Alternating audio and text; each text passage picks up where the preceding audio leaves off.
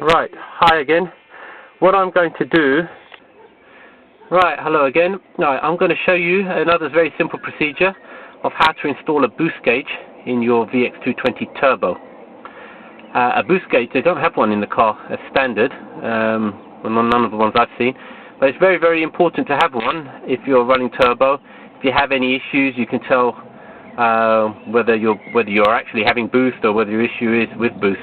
This particular gauge I got off eBay, relatively inexpensive. I must say, I think it was under £10, so I don't know how long it's going to last. But as you can see, it measures vacuum. So from 0, 10, 20, 30, that's the vacuum going anti-clockwise, and clockwise it measures the boost in PSI all the way up to 30 PSI. So I hope you can see that clearly.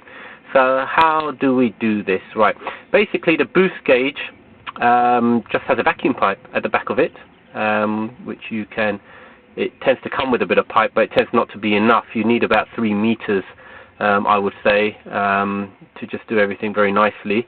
So let me show you now how you connect the pipe from the back of your boost gauge into your engine. Right, so here we have our engine bay, and there is some silicone pipe that you can see. This is stuff that I bought. You can buy them in various different colours. I bought it in this sort of pinky, purpley colour. Doesn't make any difference. You get black, blue, yellow, whatever colour you want.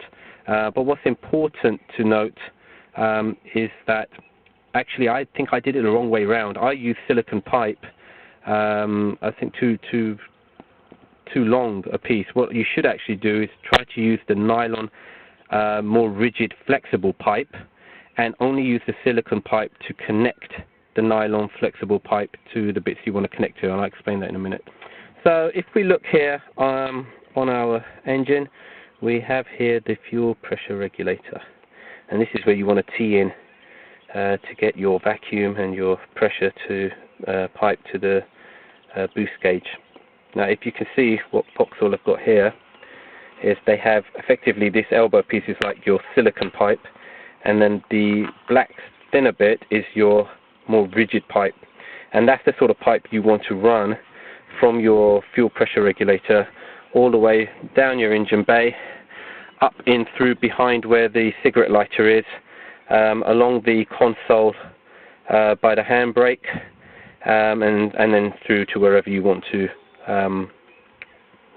mount your boost gauge.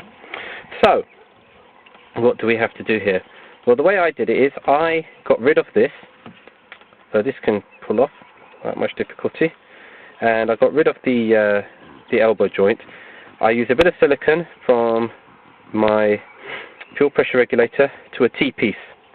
I then connected this pipe to the bottom of the T-piece, and at the other end of the T-piece I connected my my silicone pipe to go to the boost gauge. I'm just going to fit that and show you how it looks after we've done it.